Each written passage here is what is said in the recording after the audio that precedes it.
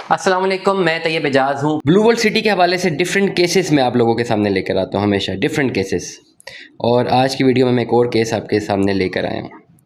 अक्सर लोगों को सबसे बड़ा प्रॉब्लम ये है कि सही से गाइड नहीं किया जाता। This is the main problem. आज मैंने कॉल सुनी है, मैं किसी का नाम नहीं ले रहा, ना मैं सेक्टर सही से बता रहा हूँ, ना मैं सेक्टर सही से बता रहा हूँ, मैं अप्रॉक्सीमेट जगह बता रहा हूँ, ना मैं फ़ाइल का नंबर बता रहा हूँ, ना मैं किसी का नाम बता रहा हूँ। वजह यह है व्लॉग करने की, ताकि आप लोगों को भी आइडिया हो जाए कि what is your actual position अगर आपकी ब्लू वर्ल्ड सिटी में इन्वेस्टमेंट है। अब एक भाई की मुझे कॉल आई है, वो ओवरसीज़ पाकिस्तानी है, और उन्होंने मुझे कहा है कि मेरे पास एक प्लॉट है और मुझे इसको सेल करना है।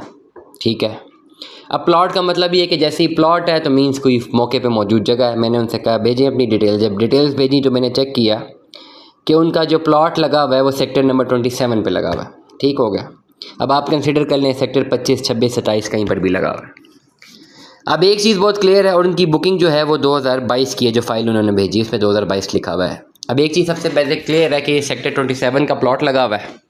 अब इस समय जो है डेवलपमेंट चार्जेस, अगर ये 2022 की बुकिंग है तो 3 लाख रुपए पर मरला है। मतलब ये कि 15 लाख रुपए इसके डेवलपमेंट चार्जेस हो गए, और जो कॉस्ट ऑफ लैंड है वो 10-11 लाख रुपए वाली इनकी बुकिंग है। क्या ये प्लॉट है? जी नहीं, ये प्लॉट नहीं है, it is just a file. Sector number 27 में अगर प्लॉट नंबर लगा हुआ है तो भी ऑन ग्राउंड जो डेवलपमेंट है वो सिर्फ और सिर्फ सेक्टर 7 तक अवेलेबल है। सेक्टर 7 के बाद बाकी सेक्टर्स अभी डेवलप नहीं हुए। क्या करना चाहिए भाई को? क्या वो इस हालत में सेल आउट कर सकते हैं? हरगिज़ नहीं, इस हालत में फ़ाइल सेल आउट नहीं होती। अगर होगी तो बहुत माइनस में होगी, कोई फ़ायदा नहीं है।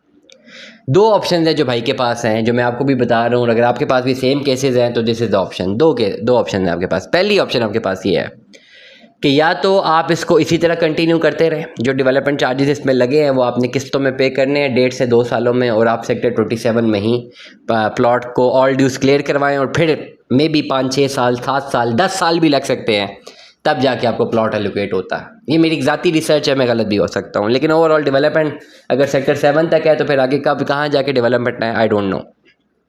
दूसरी ऑप्शन ये है कि इसके जितने डेवलपमेंट चार्जेस हैं लम सम पे करें। 15 लाख रुपए है, लम सम पे करें और प्लॉट को शिफ्ट कर दें सेक्टर 7 में। उसका फ़ायदा ये होगा कि जब आप डेवलप सेक्टर में होंगे, आपके पास एक पोजेशनेबल जगह पे प्लॉट होगा। पोजेशनेबल जगह पे 2-2.5 साल, 3 साल, 4 साल, 5 साल लगेंगे, लोग घर बनाएंगे, ऐसा ऐसा डेवलप हो जाएगा, ये प्लॉट्स प्रॉफिट में चले जाएंगे। तो बेहतरीन कन्वर्जन अपॉर्चुनिटी इस केस में यही है कि बजाय सेक्टर 27 को कंटिन्यू करने के, लम सम पेमेंट जमा करवाएं, अपने आप को सेक्टर 7 में ले जाएं, पुरसकून होकर घर बैठ जाएं। ये प्लॉट प्रॉफिट में जाने ही जाने हैं। अगर आप घर बनाना चाहें तो बना लीजिए, नहीं बनाना चाहते तो छोड़ दीजिए। इंशाल्लाह आपको बहुत फ़ायदा होगा मुस्तकबिल में। लेकिन अगर सेक्टर 27 को ही जारी और सारी रखते हैं तो फिल वक्त कोई फ़ायदा होता हुआ दिख नहीं रहा।